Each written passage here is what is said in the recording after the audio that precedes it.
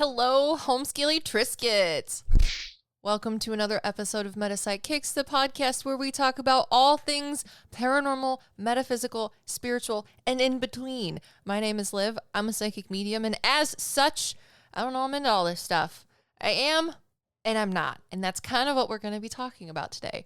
We're going to be talking about spiritual burnout, as well as just spirituality, I guess, as how I practice it, to help give you guys a little more perspective of who I am, what I do, and how I allow and use spirituality to influence and accentuate my daily existence as a human being existing on planet Earth.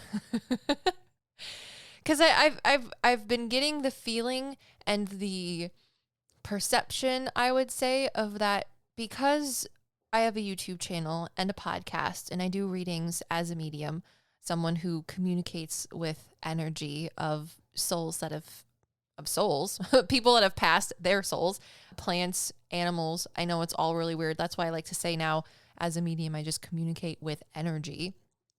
I feel like people have the perception that I'm just this person that is hardcore, balls to the wall, spiritual things all the time. Like my house has those little tiny, like, I don't know, ding, like those little tiny hand symbols and stuff. And like I wear flowy clothes and burn incense all the time. And I'm not saying that that's wrong. I'm just saying that's not me. And that is something that I wanted to clarify and also bring to light, pun intended, how spirituality maybe shouldn't be something that you get burnout from, etc., etc. And yeah, that's what we're going to be talking about today. I've written a couple things down, and I'm not going to lie, I'm a little nervous because I have ADHD, and I'm going to try really hard not to get off topic and make this podcast like a snake eating its own tail in like a crazy mouse maze that you never find the end to. So I hope you guys like it before I even get to the end of it, and that it can help you sort of bring a little more peace and clarity into your life, because that is what spirituality should be and my job as a medium. So with that being said, before we get into the meat and potatoes of the podcast, people seem to like my life updates. I will give you guys more in-depth life updates and more like spiritual, cool, enlightening, metaphysical shower thought life updates more so on Patreon. That's something that our patrons get. So if you're interested in joining Patreon, being a patron really helps me, helps support this podcast and my ability to continue it. And if that's something that you like, go to the show notes and check that out. If you're listening on the PsycKicks Extras YouTube channel, it will be in the description below. But let's get into a little bit of a life update. The last time I talked to all of you lovely people, I was on my way to Chicago because my husband was doing training for his job. And instead of just leaving me at home with our soon-to-be 10-month-old baby, he was like, you should just come in the car with me, and we're going to drive a lot of hours with a baby in the car across a couple states to go and sit in the outskirts of Chicago for 2 weeks while I do some training, and you sit in a hotel room and listen to the Burger King commercial on the TV and watch the cooking channel.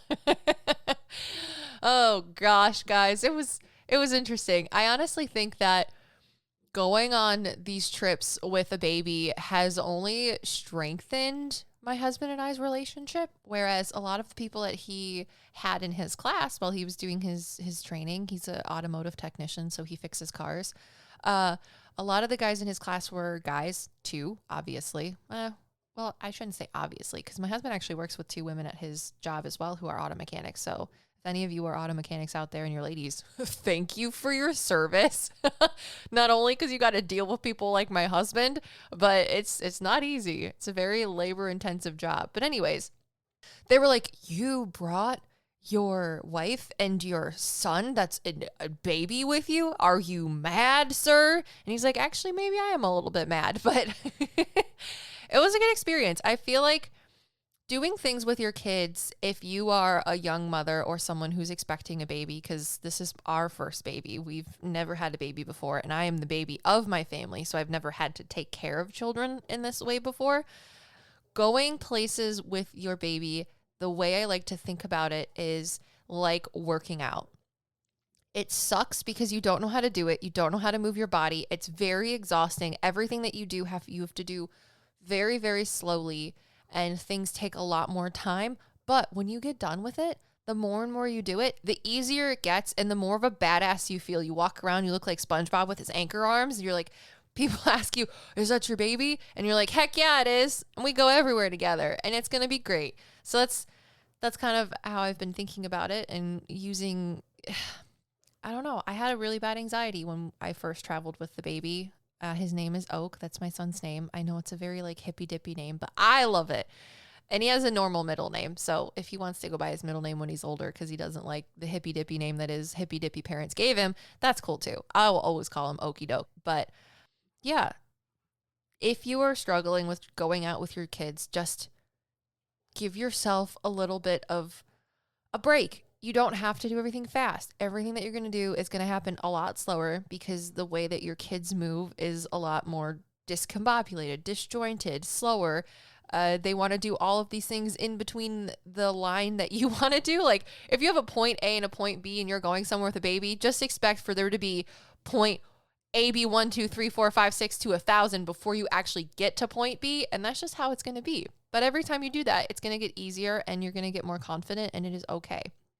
But we went to Chicago and I told you guys that I wanted to touch the bean because my husband and I have anxiety with traveling to places that we've never gone before. And everyone told us that Chicago is a scary place to go when it comes to driving and other things.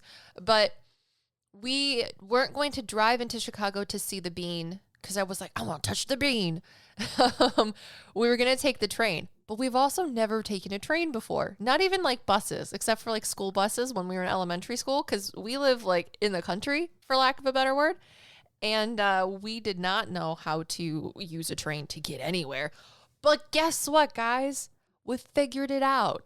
Like if you have a Google phone or like an iPhone, because Brad and I have an iPhone, and you type into the Apple Maps, whatever, like a train station, they will tell you the nearest train station and the next upcoming like schedule for the train of when it's going to be going to wherever it is that you're going and how to get there. So that is what we did. We used the, what does they call? It's not the Pace is the bus like thing that they have in Chicago. It was called the Metra, not the Metro, the Metra train in Chicago. So we used the Metra and we went all the way from Lombard to the OTC, I think, which is the Oligalia Transportation Center, something like that, into Chicago. And it was great. Oak had so much fun going on the train, and we sat up. It was like a 2-stack train, so we sat up on the very top of the train floor so that he could look out the top windows and see all the tops of the trees. And one of the really cool, surprising things about where we were staying in Chicago is everything is oak themed. It seems there's like Oak Terrace, Oak Park, Oak Brook, all of the things are named Oak. So every time we went somewhere and there was the Oak stations and things like that, or the Oak themed towns, we're like, Okie Poke, it's you. This is your name. So it was really fun. The downside, though, is when we got to Chicago and I was excited to touch the bean. I was like, I'm gonna like, like shine a part of it and like take a cool picture. The bean in Millennium Park is under construction right now. So if you were thinking about going to Chicago to touch the bean, I'm telling you right now, it ain't going to happen. I got nothing. I only could get to like 200 feet close to it. That's it. And I am extremely disappointed in the fact that I could not indeed touch the bean at all. So, not everything's a win. But I think it was a pretty good win because when we went there, they were having like a blues festival, which was kind of fun. And Okie Poke is in his shaking his booty era because he's not walking yet, but he likes to put himself up on everything and like hang on and like, what do they call it? Couch surf and surf on anything that he possibly can to pull himself along. And as soon as he heard that music and we were holding him, he starts bouncing his little booty and he's getting into the music. It was great. It was really fun, honestly. It didn't rain.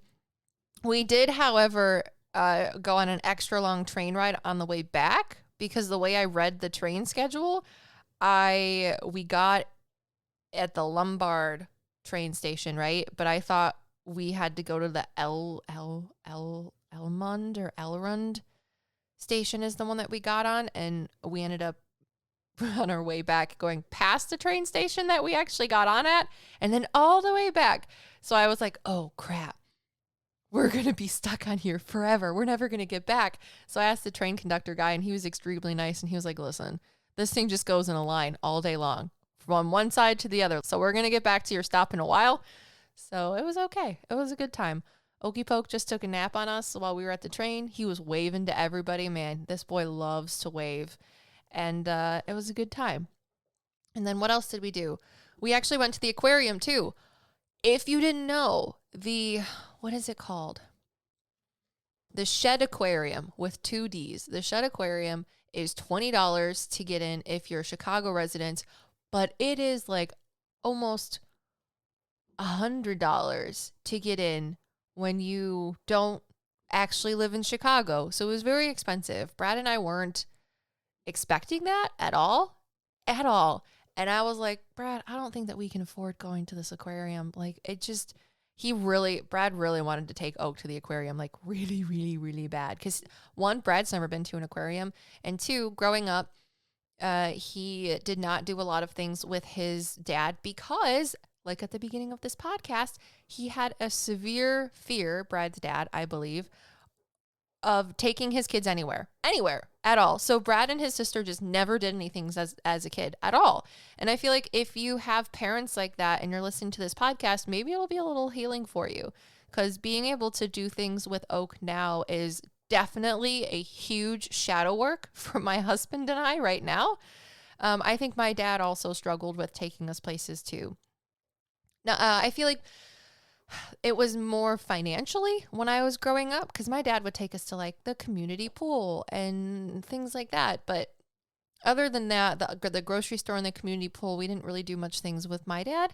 And for Brad, I think it was money and the fact that his dad was like paralyzed with insecurities and whatnot to take his kids anywhere. So he just never did.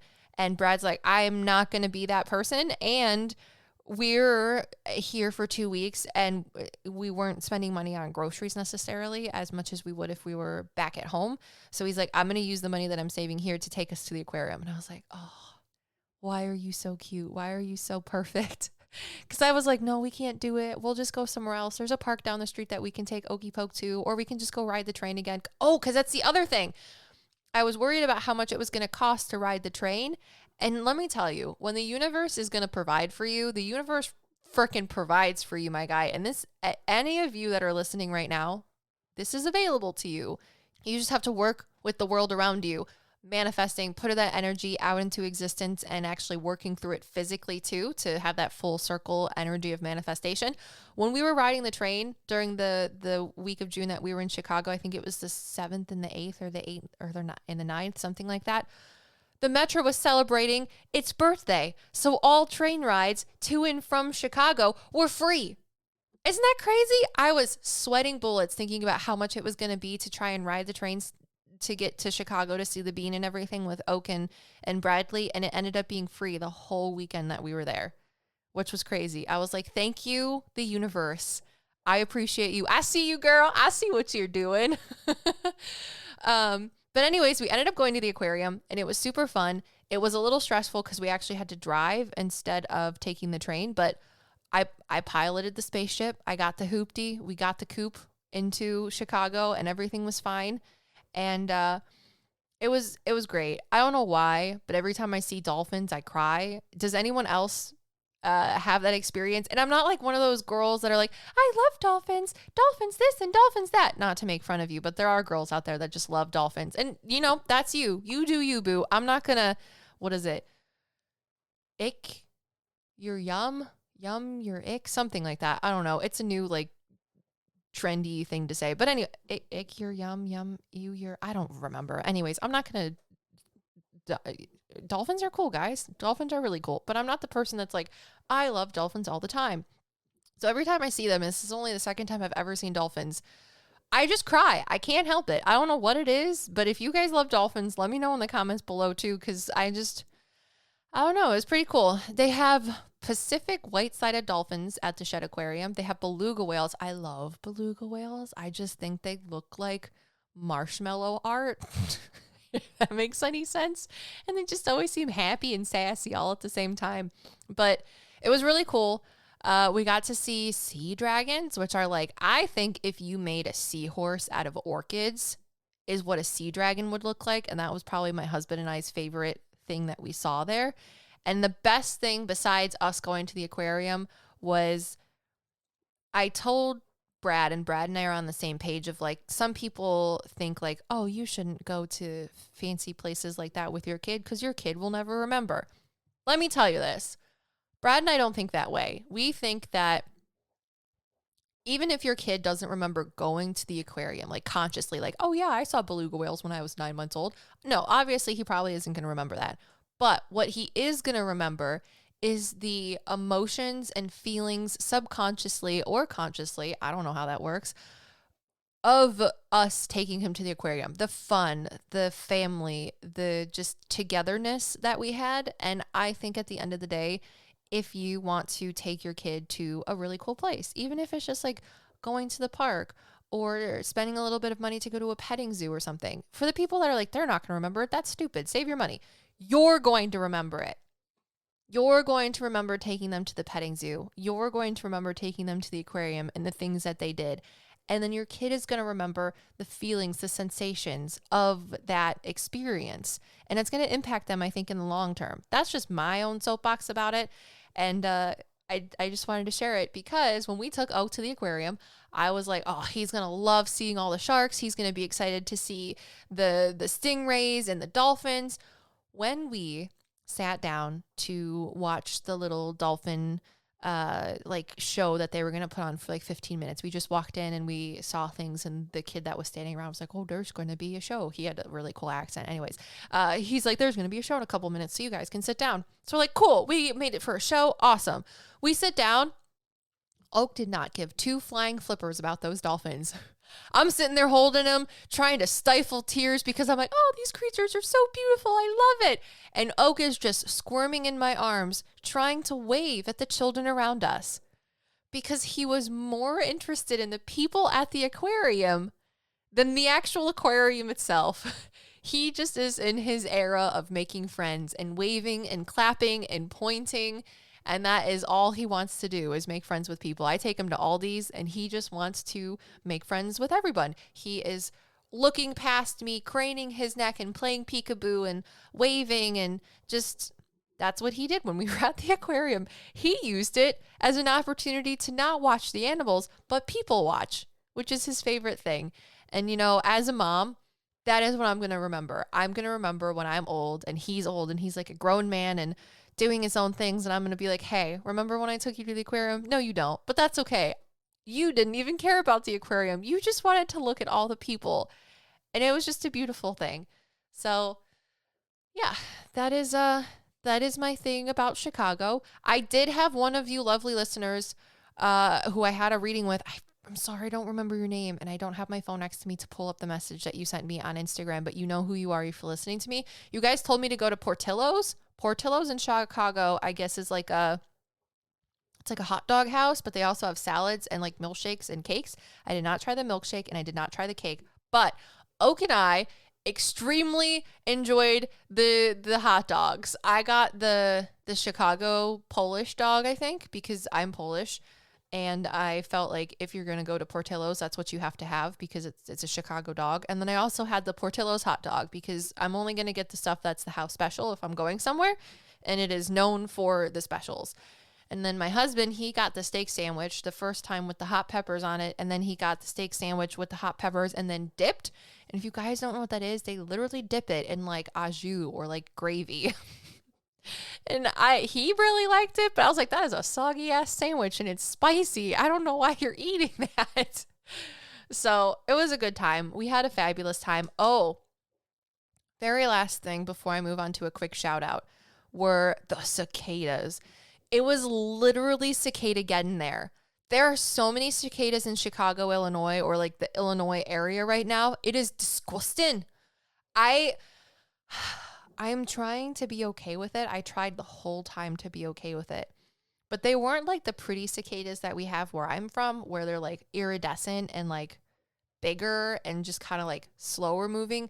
These ones are black. They got orange ass eyes and they scream and fly everywhere, like straight into your eyeball. It is, I felt like I was on Fear Factor for 2 weeks. I thought I was going to go back and Okie Poke and I were going to sit at parks and I would like do some blog posts, and then in the evenings I would do readings, which I did do evening readings and things like that from the hotel room. But like, I couldn't go anywhere. I couldn't even walk in and out of the hotel without the fact and fear of these things flying into my head, trying to like just impede my existence. It was just not okay. And I was trying really hard to understand them, because maybe if you understand something, it takes the fear away from them, right? Well, Oak and I had a nice room with a window, and they were just covering the window at one point. So I was like, okay, I'm going to take the opportunity to sit here with Okie Poke and just see what I can see about these things, you know? And they make those noises, those like noises.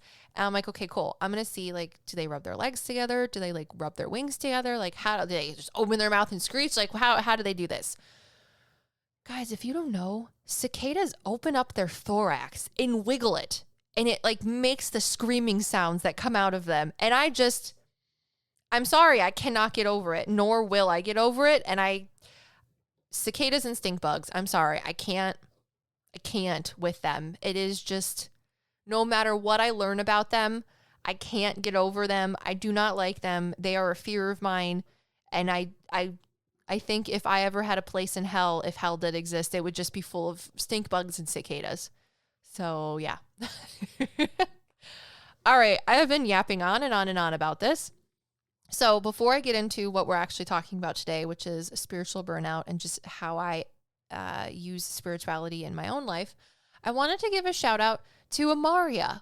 Amaria, what's up, girl? I had a reading with your lovely mama because you got her a mediumship reading with me for Mother's Day, and your mama's name is Kamika, and hopefully Kamika listens to this. If not, I know Amaria, you will. But thank you for getting your mom a psychic medium reading with me, a private one for Mother's Day, because your mom is a absolute freaking gem of a human being. And everyone that I got to speak to from your family as well in spirit, it was just soul food for me. And I told your mom that. I told Kamika that. I was like, thank you so much for giving me the opportunity to not only meet you, but your family in spirit. Because I know I make podcasts and YouTube videos, but honestly, I love having readings with everybody because I get to meet you guys and I get to meet your family. And for me as a medium, talking to your family in spirit is like, it is different than meeting you because, you know, like they're not physically there, but it's like talking to people. And I just love talking to people and meeting lovely souls and human beings and getting different perspectives and ideas and thoughts from all of you. And it just, I don't know. How do I explain Kamika's dad? Because that's who I was talking to, was Amaria, your grandpa. He came through so strongly and with such confidence, because every time I talk to souls, it's different. It's just like talking to different people. The way you interact and the way you communicate with them is going to be different because everyone communicates, their energy, their vibe, their personality is different. But your grandfather was just so lovely and easy, breezy, beautiful cover girl to talk to. And he was so excited to talk to everyone. It just made me so happy. And the other thing about it too was, you know, I talk about on here that souls know, see, hear, and feel everything when they pass, because you don't have your 5 physical senses anymore when you're in heaven because you don't need them. You're not existing in a physical plane of existence. So you don't need to worry about tasting pie or not stubbing your toe. But what you do have is know, see, feel, and hear everything, which is how souls communicate with me because they know all of those things and they convey it to me through mediumship and my psychic senses. But you are also the same person you are when you pass as when you were alive. And a lot of the times that translates into mediumship readings. So if there is a soul who did not believe in mediums because of whatever reasons, religious reasons, personal reasons, whatever, they will not talk to me. Or if they do, it's very brief. They keep their distance. Sometimes souls will acknowledge me because the person I'm talking to wants their acknowledgement or an answer or like, how do you do, howdy, hey type thing. And they'll give that to them, but they keep their distance, a respectable distance of like, okay, this is my boundary that I'm setting with you. This is what I'm comfortable with. And that's what I work with. However, Amaria, your grandpa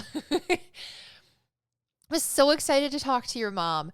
And he showed me himself walking through the streets of heaven, because heaven is a mirror image of earth that you can manipulate your surroundings if you so choose personally. But other than that, you can exist in heaven as in the mirror image of earth that it is. And he showed me himself walking down the streets of heaven, talking to everyone, saying that I'm going to talk to my daughter today. And he was religious when he was in life. And I don't know what religion, Christianity, Catholicism, whatever it was, Baptist, I don't know. But he told me, he said, I was religious in life. And this is something that I wouldn't have scoffed at if someone talked to me, because that's not who I was. I would listen to their viewpoints and their perspectives. He goes, but however, when I was alive, I would have had a different perception of mediumship. And he goes, but now that I'm past and I know all of this information, he's like, God is so good. He just kept saying, God is so good. And I'm going to be talking to my daughter today. And he was telling everyone that he possibly could in heaven that mediumship was real. And he was so excited about it. And just like, I'm not going to cry talking about it, but it just was so like healing for me. Because for the longest time, I feel like I've given myself the perception that people in religion don't like mediums because of things that they interpret religion to say about mediums. So I've been so scared about opening up to people who are religious about what I do, because I don't want to offend them.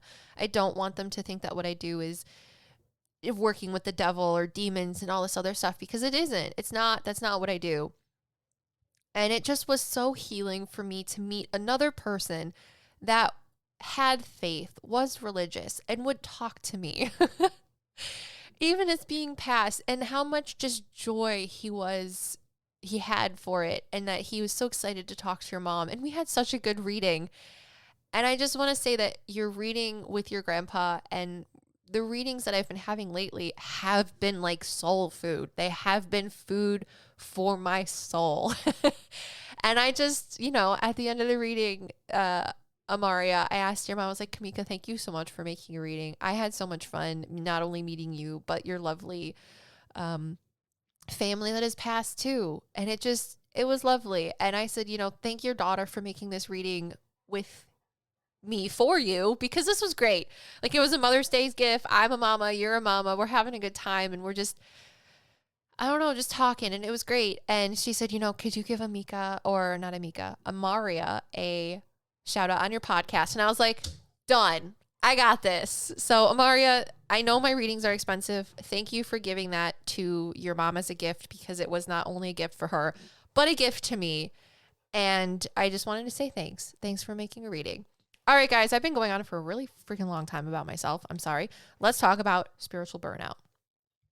So what I have gathered from how people have reached out to me in comments and emails is that spiritual burnout is when someone feels like spirituality is secluding them and overwhelming them, and they don't feel like it fits within their life at all. They're like, it's overwhelming me. I feel like I'm drowning. I feel alone. I feel like, and it's almost like this sort of masochist.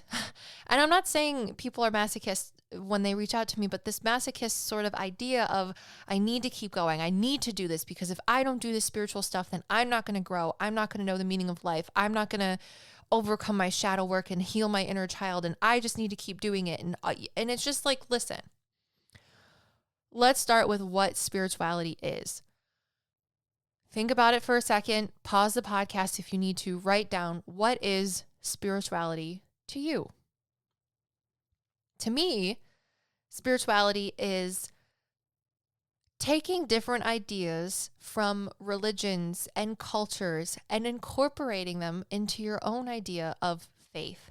And let's not even call it religion. Let's just call spirituality. Spirituality is a type of faith. Faith in lots of different things.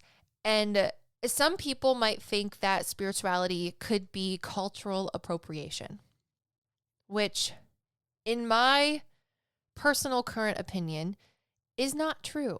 There's a difference between appropriation and appreciation. And this idea that I have comes from my personal belief that everybody has lived many, many, many, many lives, reincarnation, not just one trip around the earth. So you may be, for example, me, a redheaded white girl sitting in a room by herself recording a podcast right now that is Irish, Welsh, Italian, Czechoslovakian. And yeah, that's it. I'm Irish, Welsh, Italian, and Czechoslovakian. That is what my lineage is, as far as I understand, from my mother who is adopted and my dad who's not. So, that might make me feel like I'm only entitled to understanding Irish, Welsh, Celtic, and Eastern European ideas. But that's not true, because as a human being, as a soul, I have lived many lives. That's why I may be more inclined or interested in like Mesopotamian culture or Japanese culture, because there is a possibility that I have lived lives within those cultures. So if you as a person existing right now have interests in certain cultures, certain religions, certain aspects of other parts of the world, it's probably because you had a past life as someone within that culture or religion or that social structure. So go for it. Take what speaks to you and leave the rest. And that even is speaking to the people right now who may feel like they have religious trauma in Catholicism, Christianity, Lutheran, whatever it is, whatever it is. I've had a couple people come to me and say, well, I just want to be spiritual now, so I'm getting rid of everything that I believed in with like Christianity, Jesus, God, whatever. I don't want to be affiliated with any of those things. That's fine. If that is what heals you, do that. But I'm here to tell you that spirituality is not just that. You can take certain ideas from the religion that you had and then leave the ones that don't serve you, the ones that don't align with your energy and your ideas and who you want to be and what you want to represent. Because there is healing and power in certain aspects of those things. So whatever is healing to you, whatever culture or religion or gods or deities or not that you feel are aligned with you and that pique your interest, let that help shape and sculpt what spirituality means to you. And that can change. That's fluid. That's the cool thing about spirituality. It never has to be the same. If you feel really aligned with Hecate right now, that's great. That's awesome. Learn everything and as much as you want about Hecate as you want. And then if all of a sudden you feel overwhelmed or like you don't want or your energy doesn't align with that of Hecate anymore, change it. Move to Hermes. Talk to Dionysus. Talk to Persephone. I know I'm just listing Greek gods, but that's just because what I have in my mind right now as a white ginger girl that read Percy Jackson books, and watched Disney movies. What else? There's Apolaki. Apolaki is one of the gods that I talk to in Filipino culture. He is the sun god. So if you want to talk to Apolaki, go for that. If you want to talk to saints or angels, go for that. That is what aligns for you. And that doesn't always have to be the case. That can change because your energy changes. You grow as a person. So I hope that answers what I feel like spirituality is and why it's so freaking cool. Because you can align yourself with certain aspects of one culture, but not all of it. That is what spirituality is. It is something that you make that is unique to you because you're a unique soul. You've lived so many lives, so many physical, earthly, and non-physical energetic existences. Whatever you're interested in, if it's astronomy and stars and stuff like that, maybe you had energetic existences a part of, outer space or astrological things, and that's what you're into. If you want to learn about astrology, go for it. If that's what aligns with you and wants to be a part of your spirituality, do it. Numerology, whatever. That is you. That is your spirituality. So if you felt like you were being, I don't know, boxed in with your spirituality and what other people feel it is to them, hopefully what I've just said sort of releases that pressure a little bit, because spirituality should not make you feel pressured. As I yell that to you in an obnoxious voice, that is not at all what spirituality should bring to you. It should not bring you stress, strife, and grief. And that leads us into my next point of spiritual burnout itself. I had people telling me, I had someone email me a little while ago, and I finally just responded to them because things have just been, I've been doing a lot right now, like in my personal life and with work, trying to balance everything out and sort of go with the flow. That I haven't had time to respond to their email, but I've wanted to. I've had it marked, and every time I look at it, I'm like, I gotta do this. And I finally did. And it talked about how they really want to go on this spiritual journey and they want to understand more things about themselves, but they're finding it hard to find balance. And they're feeling very alone and very secluded. And like I said at the beginning of this a couple minutes ago, that it's almost like they want to keep going, but it's hurting them. That's not what spirituality should be. So, spirituality should not take over your life. It should accentuate your life as an ever-present flow of energy that is just current, moving with the energy of you. Spirituality can be whatever it is that you want to do. If you want to practice meditation and have altars to gods and goddesses, do that. But if at any point in time you feel like it's taking over your life, because that's the balance. That's the balance with spirituality should help you balance out your physical life and your faith. Again, because that's what this is. It's faith. Don't call it, you can call it a religion if you want to, but I don't think spirituality is a religion. It is just a faith of something. Some people really like moon phases. That is a faith of the moon and something that people do in their spiritual practices. So spirituality should be, what did I use? I used this explanation in my email to them of like, think of spirituality like a seasoning. I don't know. You like cinnamon, you like cumin, salt. My one friend always puts salt on her food all the time. Whatever it is, mint. I really like mint. Think of spirituality as a seasoning, as a herb.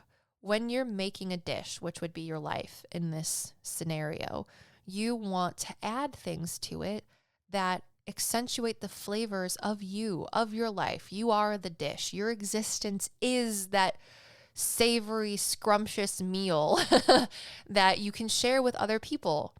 So when you add spirituality, if you do moon work or you like crystals or deities or meditation, whatever it is, think of each of those things that you add to your life as a flavor, as a spice.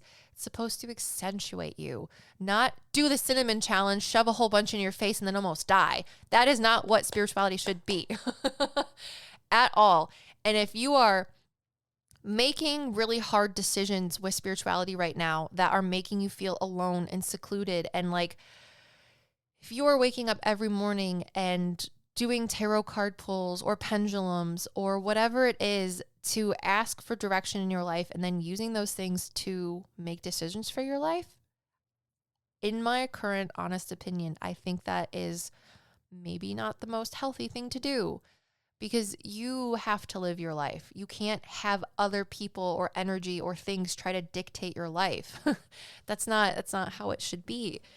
And when you have spirituality in your life, it should help you deal with the hard things and bring light and acceptance and honesty to it, not just bowl it over like a wave and drown you and make you feel like you have to claw your way out from something. That isn't how it should be. For example, I've been doing a lot of shadow work. I feel like everyone is always doing shadow work. I feel like everyone is always having a spiritual awakening. It's just one after another. That is what spirituality or faith helps you with. It helps you with that growth, that balance. How else do I want to explain this? One of the things that I've been realizing with my spirituality lately is the difference between boundaries, which I guess I feel like two of the biggest pop culture sort of spiritual words right now are inner child, shadow work, boundaries and, gosh, what's the other one? I just had it on the tip of my tongue and I forgot it. Maybe I'll remember it and I'll bring it up. But one of the things that I'm trying to work with is not necessarily boundaries, but balance. Because, gaslighting. That's the other trigger word that I feel like everyone's into nowadays. Gaslighting and boundaries. And I feel like because people have been talking about those things so much, it's almost putting a negative connotation on them, or this sort of like, they're making these words into like a hammer of justice, a gavel that once that gavel is put in place, nothing can move it. And, I just don't think that's how life is. Life is change. It is seasons. It's this push and this pull, this give and this take, this yin and this yang. It's balance, not boundaries. So I feel like when it comes to spirituality shouldn't give you boundaries. It should give you balance. Because nothing is ever, it's not this scale of left and right. Things aren't going to be equal and balance out. It's some days you have all of this that needs to be filled, these emotions, these feelings, these sensations, then these needs. Sometimes those needs or those feelings or sensations are bigger, and sometimes on other days they're less. So this energy needs to sort of have this push and pull, like the currents or the tide of the moon, where one day it comes a lot more and then other days you don't need so much of it. That is what spirituality should be like. Some days you're present in your life. You have to go to work. You have to make dinner. You have to go grocery shopping. You have to pay bills. However, you need to be more focused on those things sometimes, because we are physical beings living a physical existence, and spirituality is just energy. And one of the things that I've also been sort of thinking about, and if you guys want more on this topic, I guess, is magic. Like, what is magic to you? Just like, what is spirituality? And again, if you want to pause the podcast and write down or think about, take a second, what you think magic is, go for it. For me, one of the things that I've been thinking about more spiritually too is that magic isn't what you think it is. It's not like alchemy, turning one thing into something completely different. It is just energy, and it's the flow of energy in physicality and our existence itself. And that really just, it has that push and pull, or that flow of energy too. So one of the things that my spirit guides have been putting in my head and through songs and things like this to sort of help me think and focus on this idea a little bit, meditate on it, ruminate, whatever you want to say about it, is that song, Every Little Thing You Do Is Magic. They've really been trolling me a little bit with that song a lot lately, honestly. And it's really been making me think about what spirituality and magic is to me. And that's kind of what I've been coming to the conclusion to, of every little thing you do is magic. Magic is existing. Magic is in physicality, because everything in physicality is energy. And that's what magic is. It is energy. It is that flow or that transfer of energy that is magic, that takes one thing to another. A thought in your head is magic because it starts to be translated into words, into written language, into things that people can read, and then into physical existence itself. That is magic to me. And that happens in manifestation and spirituality and just our physical lives. So I told you at the beginning of this podcast that my ADHD was going to really run the gamut here, and it is. But back to spiritual burnout, spirituality should help flavor your world. It should help balance it. Like makeup. When you put on makeup, makeup should accentuate your features. It shouldn't cover everything up. It should bring those things about you to the surface. And I feel like when you start doing spirituality though too, that's why people start to sort of get overwhelmed with it, because it does help you understand those parts of your shadow, i.e. shadow work. Shadow work is taking the subconscious things that you have put away in the little box of your mind, because existence is existence. It's hard. You have a lot of factors that influence you, whether it be things or people or yourself, and you put those things behind you in your shadow. See, when you walk, think of shadow work as your actual shadow. The only thing that casts a shadow is light. You got to remember that. Without light, there is no shadow. and you don't want to get lost in your shadow work. You don't want to get lost in the darkness. And spirituality is supposed to be the light that brings out that shadow that you can turn around and wave to and say, hi, I see you. Let's figure this out a little bit together and bring more light to the shadow, because the more light you bring to it, the less scary it is. And you realize that this is attached to you. It's a part of you. It walks with you. It moves with you. But without that shadow, I don't know, it's important to you. It's integral, and it's okay to understand it. That's the thing at the beginning of this. When I was talking about the cicadas in Chicago, if you went past the life update, that's fine. You can. I'm just going to reference it. The cicadas for me were they were a, gosh, now I don't even remember. What was I just talking about? Hang on a second. That's what I was talking about. If you understand something, it will make you less fearful of it. What is it? That Eleanor Roosevelt or one of the presidents, the only thing to fear is fear itself. If you learn something and you understand it, you won't be so fearful of it. That's your shadow, guys. And don't get lost in the fear. Don't drown yourself out. Don't become the shadow. Just understand it. It is a part of you, but it's not something that's scary. It's not something that you have to dive into, because it is just an aspect of you. Everyone has lots of aspects. So I don't know. I feel like a lot of people in the metaphysical community are like, spirituality is a way of life, which it is. But I don't think that spirituality should be something that dominates your life.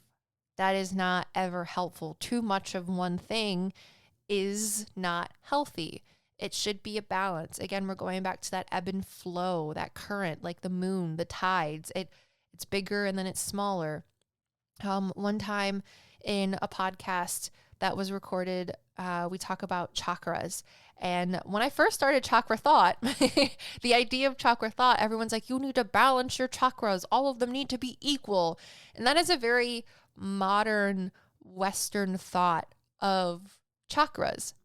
And when I was doing research on the chakras, there was this soul or spiritual being that gave me the name Agya that came forward, and he's been helping a lot with my understanding of spirituality, or he was one of the first beings, if so to speak, that planted the seed, pun intended, that you have to find balance in your chakras. It's not making them equal, but balance isn't like the scale that we all see and know of, like, this has to be an equal weight and this has to be an equal weight, and that's how you found balance. That's not. You think of your chakras as like pools. Sometimes the flow of energy is a little greater into one pool, and that pool is full. That chakra is full. You don't need to balance it out. It is there, but you may be lacking in a couple other aspects, a couple other chakras. Those pools might not be as full. So what you need to do is you need to put that energy from one into the other to help balance them out, to find that push and pull, that flow of energy. And that's the same with spirituality. It's not you wake up and you do this and you wake up and you do that and you have to do this and you have to do that. It is not. One of the things that I think has been helping me with my spirituality and finding more balance in it and not just losing myself in it. You're not supposed to lose yourself in spirituality. You're supposed to find yourself.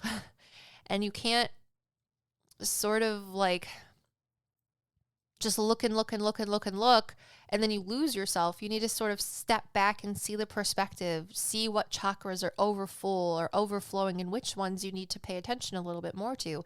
And that's going to be the same thing in your life. Like, what part, like, how much spirituality do you need today? Do you need to focus more on being present for yourself in the physical world, or do you need to step back and like use spirituality to help you understand the things that you've been doing in your physical life? That's the push and pull. That's the finding the balance. If you feel like spirituality is drowning you, it should not be drowning you. It should be an ever-present flow, like a little river or a stream. Some days that stream opens up and it's a lot more present. It's a lot louder. It's something that you need to pay attention to. And then other days it's quiet. You don't need to do so much energy work there. You don't need to meditate as much. You don't need to do these things, because it's the push and the pull. It's the balance. So like, one of the things my husband and I have been doing, and he doesn't necessarily see it as like spirituality or faith. He sees it more as like being present and trying to do more like psychological or mental health things, but gratitude. we've been trying to do a lot of gratitude. And I feel like in spirituality or the metaphysical, people talk about being present. You need to be present. You need to not live in the past, and you need to not live in the future, and all this other stuff. And I feel like that is a good thing to say, but it doesn't give you the feeling or the sensation or the understanding of how to do that. And that's another thing that I feel like I've been learning a little bit with my spirit guides lately, of being present. And what does that mean? It's the little things. It's the every little thing you do is magic. Let me say that again. Every little thing you do is magic. Maybe I'll title the podcast this, but when Brad and I are trying to practice gratitude, I'm not going through all day thinking, I need to be grateful for this, I need to be grateful for that, and just having it be this just pounding presence in my consciousness, my psyche. It's when I sit down to do a reading, I see, thank you. This person purchased an email reading for me. I really needed that in order to be able to pay my bills this month. So I think to myself, thank you, person that made an email reading, because not only do I get to do this for you, but it also helps me. Thank you for that. I can make my car payment. I appreciate you. And then I move on. And then maybe I'm downstairs cooking dinner a couple hours later, and I'm like, I take a second and I'm like, I'm grateful. I have gratitude for being able to cook food right now. I might be really tired and I don't want to cook food, but I'm so happy that I have food in order to cook, to make a meal for my family. 2 forms of gratitude that bring me to the present, that help me stop and be present in what it is that I'm doing. And that's it. That's all I needed. Other days, I might feel like I'm drowning and I need to be more present because everything is just pulling me in directions and it's overwhelming me. Like the physical world is overwhelming me. See, that is the balance. That is where spirituality is going to help me feel less overwhelmed with physicality. Just as you can feel overwhelmed with physicality, you can also feel overwhelmed with spirituality. And that's what I'm trying to say, of there should be the balance between the two where you're not feeling overwhelmed. When it comes to shadow work, when you're doing spiritual things, it will bring up hard things. But spirituality shouldn't make you feel like you're drowning in the darkness. It should bring light to that darkness, just like when I was talking about with the shadow work. So if you feel like, oh crap, I just realized this thing about myself, how does it make me feel? Don't sit there and pound at it. Don't have it be a wave crashing over you. Be like, I see it. I recognize it. I accept it. How much of this can I take? And then let it go. That's what spirituality should help you do. You know what I'm saying? You shouldn't just be in this dark diving hole that you're asking the universe to make decisions for you. No. The universe is going to help you make decisions for yourself because you have free will. That's why you're living. That's why you're a physical person right now, because you're meant to be. You're supposed to be. You're supposed to be learning how to make decisions on yourself. They're not supposed to make decisions for you. So if you're doing some sort of spirituality work or work that people have been telling you is spiritual and you feel like you're drowning, take a step back. Relax for a second. Think about, what is it? Have you taken a shower today? Have you drank water? Did you drink coffee? Did you eat something? Have you done a load of laundry? Did you put your underwear away? Or is it just sitting on a chair next to you because you've been focused so much on something else? Whether it be the physical world or spirituality, it should not drown you. Did you wake up and feel like you couldn't make a decision and you asked someone else or some sort of deity or being to make this decision for you? That shouldn't be that way.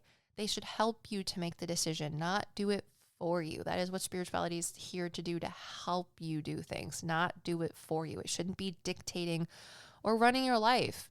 I don't sit down and pull out dice or a tarot deck or incense or something to be like, it's not like the magic conch shell, you know? Like, okay, sorry. My one spirit guide is being funny. You know, in SpongeBob, when they have the magic conch shell and they're like, what are you going to do? And it just says nothing. And don't come at me and be like, oh, well, in the SpongeBob video, everything turned out fine for them. No. That's the satire of it. That's the funny part. Don't let it run you. You're supposed to have it. Spirituality is supposed to help you. So I don't know. What else do I want to talk about? Yeah, boundaries. Boundaries, I think, is not a cool word to use anymore, in my personal opinion, because boundaries to me mean a hard wall. And how are you supposed to learn things if you just put up a hard wall to everything or to a lot of things? I don't think that's what physical existence and spirituality is about. You're not supposed to wall yourself off and make a tower around you. No, or an echo chamber where you can't hear anything besides your own thoughts, your own feelings, and this small aspect of the world and ideas. No, no, no, no. Spirituality is supposed to help you expand your horizons, get those perspectives, live those lessons, learn those lives, or learn those lessons and live those lives. Yeah, that's what it is. Not build walls around you. It's supposed to help you have balance, not boundaries. You will have healthy boundaries. And I think that's what healthy boundaries are. Healthy boundaries are balance. It's that semi-permeable membrane in which information can be transferred from one side to the other in a way that equalizes things and brings equilibrium to your life. Look up, did you guys ever do the egg test when you were in school, where you take the shell off of the egg and then you put it in like maple syrup or water? And eggs have that membrane, that little like filmy sort of translucent protein around the inside of an egg that, the maple syrup will go into the egg and then the water will come out because one's denser than the other. That is more of what I've been thinking about with spirituality and learning balance instead of boundaries. You don't want to wall yourself up in a tower like Cinderella and seclude yourself and be like, hey, what is that meme? What's your name? And then you're in your tower and, Ezekiel's on the other side and he's like, what's your name? Tony. Or fuck you, Tony, because you're just in your tower. No. Take those walls down. Put a volleyball net up instead and be like, okay, here, I'm going to volley back out to you. What idea do you have for me? And if you don't want to play anymore, just be like, I'm done. I don't want to play today. This is too much for me. But then come back to it and be like, what can I learn from this? What maybe was I missing? What perspective do I need to change? Or what life event happened that changed my perspective? And I can now come back to this and understand more about it. But if you have that wall up, you're never going to see it. You're going to be in the dark. You're going to feel alone and secluded. And I don't think that's what spirituality should be. So if you're feeling that way, reflect. Think about maybe how you're putting up boundaries when you should be putting up balance. Or letting balance in, I guess is what you should say. Letting that equilibrium to flow through and find that peace. What else? Going back to not letting spirituality take over your life, but it is that ever-present current, that sort of like the tabs running in the background, if you will. You don't have them open, but if you want to go back to them, go for it. Maybe you're on one page today on your computer that is life, or your life that is like the computer, and that's what you got to focus on. But you have those other tabs open, and if you need to, go back, reference it, bring it back, and incorporate it into whatever it is that you're doing in that, and on that one screen, that one tab. If you're washing dishes, that could be a part of spirituality too. Like, okay, I'm going to wash the dishes, and instead of just washing them and putting them in the dishwasher, maybe I'll dry them because I need a couple more minutes to just focus and reflect and unwind, breathe a little bit, step away from whatever it is that's been bothering me today, and make a space in my life that is clear and that is clean. Wash the dishes, put them all away. And then when you're done, step back and look at your kitchen and be like, I don't have so much clutter on my counter and everything's put away. And tomorrow I have a fresh start, a new thing. I don't have to worry about walking into the kitchen and seeing the dishes everywhere. That is magic, guys. That energy, that intention, that time that you took to just organize something, that is going to help you organize the things that are in your mind that might be going on in your life. It's going to set that energy and set that intention, and it's going to carry over into the other things that might be bothering you. But also, if it's overwhelming and you can't wash all the dishes, wash half of the dishes. Wash 2 or 3 of them completely and put them away and be like, look, that is one thing that I did. Just a little bit. If all of it is too overwhelming, you don't have to do all of it in one day. Same thing, sweeping, journaling, things like that.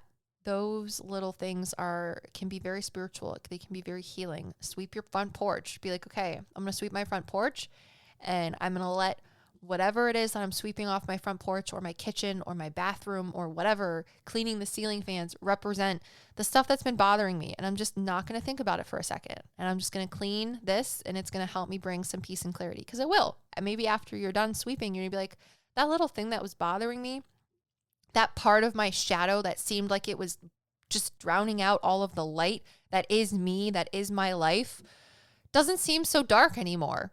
It doesn't. It's not that big a deal. I can deal with it later, tomorrow, in 5 minutes from now, whatever. And then the last thing I wanted to say, your gifts change. If you're starting your spiritual journey right now and you're focusing super, super hard on one gift, whether you're like clairvoyant or claircognizant or clairaudient or clairgustant, whatever it is, your gifts are going to change. They're going to change. Mine have been changing. My gifts have been changing. The capacity or capabilities in which I have in each gift are changing. And they're going to be changing, because spirituality and your gifts and existence and life are not so different as they seem. And things change. The seasons change. Your gifts change. Your perceptions on the world change. And that's okay. But if you keep thinking and looking at things that are changing and you're trying to get a grasp on them, you're like, well, I can't get a grasp on them because they're changing. That's okay. They're supposed to. Let it go. Let it flow, my guy. Don't think about that so much, and just sort of accept it. Be like, I see this, I recognize it, and I'm going to work with it as it goes, as it changes. I mean, that's the same thing like with my son. I'm like, okay, well, he's changing a lot. Right when I think that I'm at a point where I can deal with and understand who he is and the needs that need to be met for not only him and myself, it changes. And instead of getting frustrated and being like, well, I know how to deal with a 4-month-old, he just needs to act like a 4-month-old now. No, that's not how it works. It's not how it's going to go. And I could let that consume me, or I can go, okay, take a deep breath. He's doing something new today. Do I need to understand it today? No. Do I need to deal with it? Yes. But maybe I'll understand it tomorrow, and then we'll have growth. We'll have forward movement, stuff like that. Now, when things feel overwhelming, this is something that my spirit guides or spirit in general sort of gave me that I wanted to share to you. If you are practicing spirituality and you feel very alone, or like it is ruling your life, which it should not be. The only person that should be ruling your life is you. Nothing else, and no one else should be ruling your life or your existence. It should be helping you understand yourself and live with peace and clarity and acceptance and hopefulness and joy.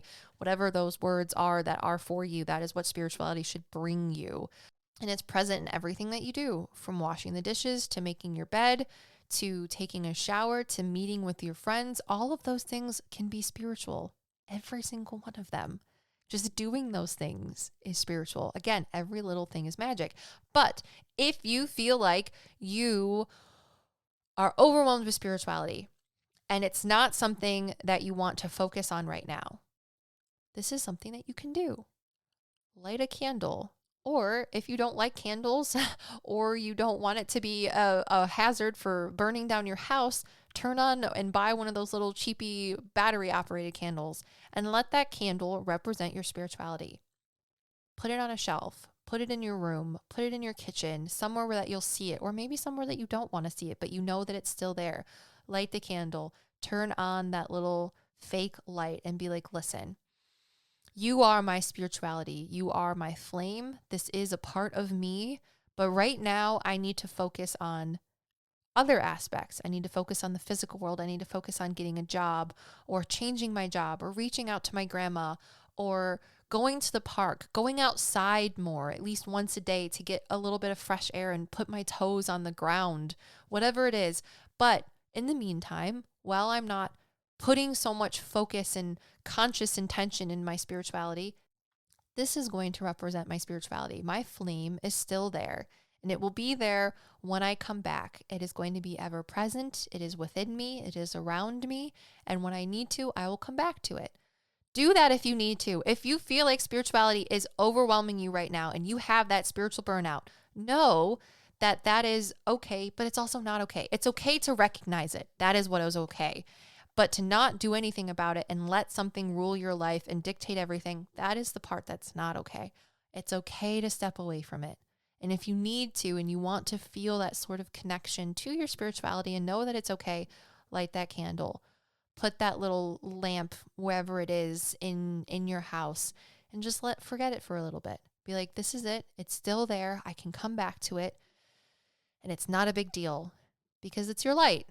It's supposed to help bring you peace, clarity, tranquility, happiness, joy, acceptance, whatever it is to you. And it's not supposed to be like the cinnamon challenge. Accentuate your features. Bring out the flavors of the dish that is your life. The savory, the sweet, the spicy, the salty, whatever it is. But you shouldn't let it overpower yourself. Hopefully, I did not beat a dead horse talking about all of those things. I kind of talked about how I incorporate spirituality into my life. It's not this ever-present thing. I don't wake up and do a tarot pull all the time, but if you do, if that's the part of spirituality you're in right now, do it, own it, like it. But if any point in time you're like, I don't want to do a tarot pull tonight or in the morning, don't do it. You don't have to. Go for a walk instead. Enjoy a cup of coffee instead, or just not do it. That is spirituality, my guys. There's no rules. You make the rules. You make the rules. You do it. And it's supposed to be something that you do, that you use to help understand you and the world around you. And it should just be beautiful. And it's going to be hard, but it shouldn't drown you out. That's I've said it so many times and in so many different ways in this podcast. I'm not going to keep going on about it. If you have specific questions about this podcast or anything that I said, please, I need those specific questions. They help me in my ADHD brain stay on topic and not go on tangents that I feel like this whole podcast was, but it was something that I wanted to talk about, and I hope I talked about it okay enough. Put those comments in the box below. If you're listening on the PsycKicks Extras YouTube channel, if you're listening on Spotify or Apple Podcasts, I think you can write reviews on Spotify now. That's something I've been hearing other podcasters talk about, but I know you definitely can on Apple Podcasts. And if you leave a review or rate the show, that really helps me. It really does. And I appreciate it. So I hope you guys enjoyed this Sunday's podcast. Remember, every little thing you do is magic. Until next time, thanks so much for listening. I appreciate you guys being here. And yeah, peace.